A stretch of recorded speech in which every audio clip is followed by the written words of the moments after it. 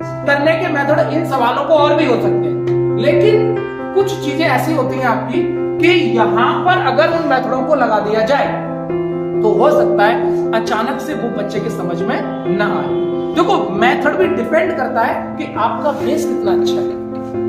अगर आपका बेस बिल्कुल अच्छा नहीं है तो बेटा नंबर ऑफ मेथड सवाल के जो होते हैं ना उसमें आप जंजाल में पड़े रह जाओगे बट समझ नहीं पाओगे। इसलिए मेथड भी तभी समझ में आते सवाल के जब हमारी नींव अच्छी हो, बेस अच्छा हो, तो आप मेथड तुरंत समझ पाएंगे। और अगर आपका बेस अच्छा नहीं है तो आप सवाल को 5 मेथड से ना कर लो, आपको रट्टा ही मारना पड़ेगा, आप समझ नहीं पाओगे। लेकिन अगर आपने एक बार चीजों को बेस से अच्छे से सीखा हुआ है तो आप 10 मेथड लगा लेना, कोई दिक्कत नहीं। मेथड का निर्माण स्वयं की चेष्टा से और स्वयं की अंतरात्मा से जब हम एक्सपीरियंस हो जाता है तो उससे खुद ही होने लगता है। ऐसा नहीं है तो कोई मेथड बाहर से उठ के आया आप बस ये करा दिया, ऐसा कुछ नहीं होता।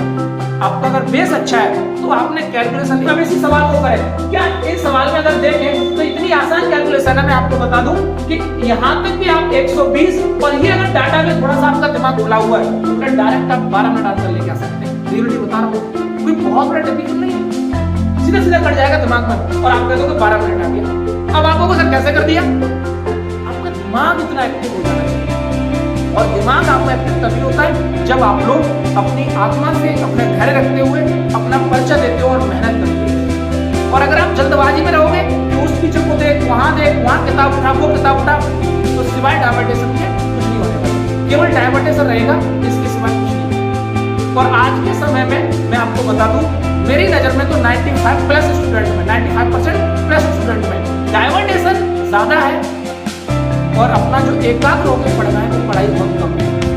क्रिटिसाइज बहुत ज्यादा है, पढ़ाई लिखाई बहुत कम। और यही काम है, मैं आपसे हमेशा कहता हूँ क्रिटिसाइज मत करो, अपने आप को निखारो हमेशा। जब तक आप अपने आप को नहीं निखारोगे ना तब तक आप आगे बढ़ ही नहीं सकते। कौन क्या है छोड़ दो। एक समाज में मैं और देखता हूँ, अभी आजकल मैं बहुत ज्यादा देखने लग गया हूँ समाज के अंदर, क्योंकि मैं भी समाज से जुड़ा हुआ रहता हूँ लोगों के साथ। ऐसा तो है नहीं कहीं बाहर से उठ के आ गया हूँ, ये तो है नहीं।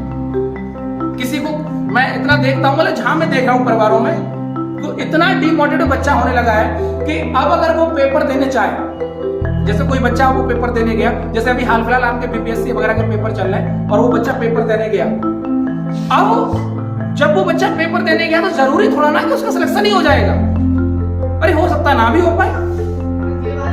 तो बच्चा जो है ये घर वालों को भी है, ऐसा नहीं है कि अलग से है, आप जिसको चाहे उसके लिए सुना सकते हैं इस बात को लिए।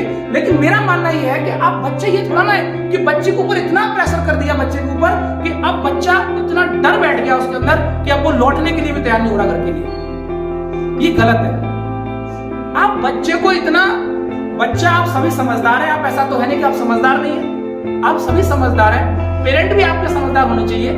ऐसी बात नहीं कि बच्चे के ऊपर अपनी जिम्मेदारियां जो पेरेंट्स की है वो बच्चे के ऊपर थोप दी, ऐसा नहीं होना चाहिए। बच्चे की जिम्मेदारी है उसको मेहनत करना है, उसको सिलेक्शन लेना, वो मेहनत कर रहा है, लेकिन इतना उसको डिप्रेस मत करिएगा जिससे कि आप लोग जो है इतना डिप्रेशन में चले जाए कि कल जब सिलेक्शन का भी नंबर आ रहा हो तो वहां डर लग रहा हो तुम्हें। और बेटा ध्यान रखना, जब डर आपके अंदर भर गया तो आप सिलेक्शन से बहुत दूर हो जाते हैं। मानता हूं डर होता है, लेकिन इतना डर नहीं होना चाहिए कि आपकी आत्मा इतनी टूट जाए कि आप पढ़ाई से भी नफरत करने लग जाओ, ये नहीं होना चाहिए।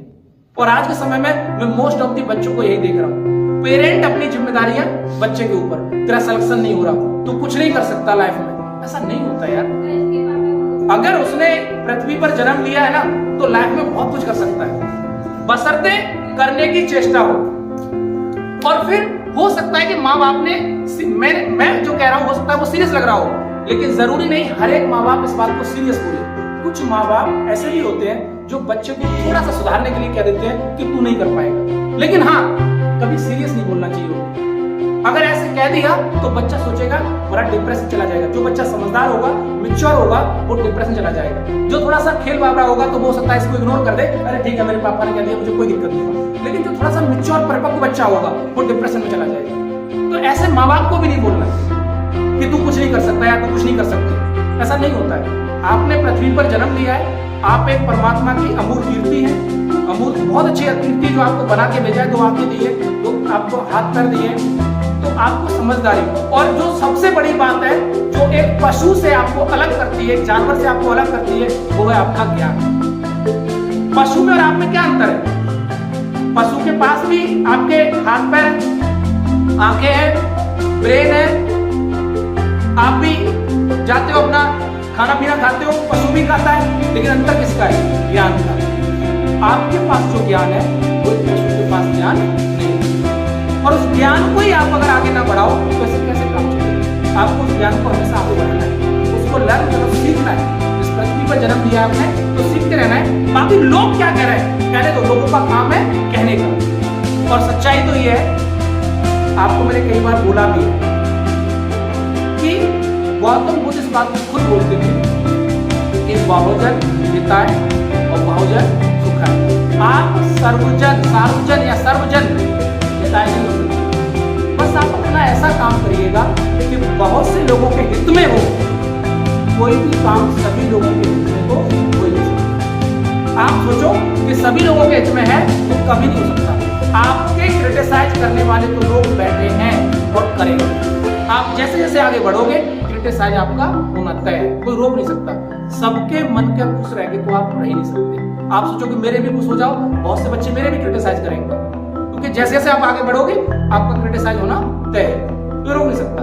हो सकता है कि किसी को मैं पसंद हूं, किसी को मैं पसंद ना हो, तो क्रिटिसाइज तो होगा। हो सकता है कुछ बच्चे मुझसे कहेंगे वो अच्छा पढ़ाते हैं, मैं वो बेकार पढ़ाता हूं, वो तो रियलिटी है। इस पृथ्वी पर सार्वभौमिक सत्य है, कितना भी बेहतरीन गौतम बुद्ध को, भगवान राम को, भगवान कृष्ण को तो छोड़ा नहीं, जीसस को छोड़ा नहीं, अल्लाह को छोड़ा नहीं, तो हम तो क्या बोलते हैं? हम तो एक इंसान है ना।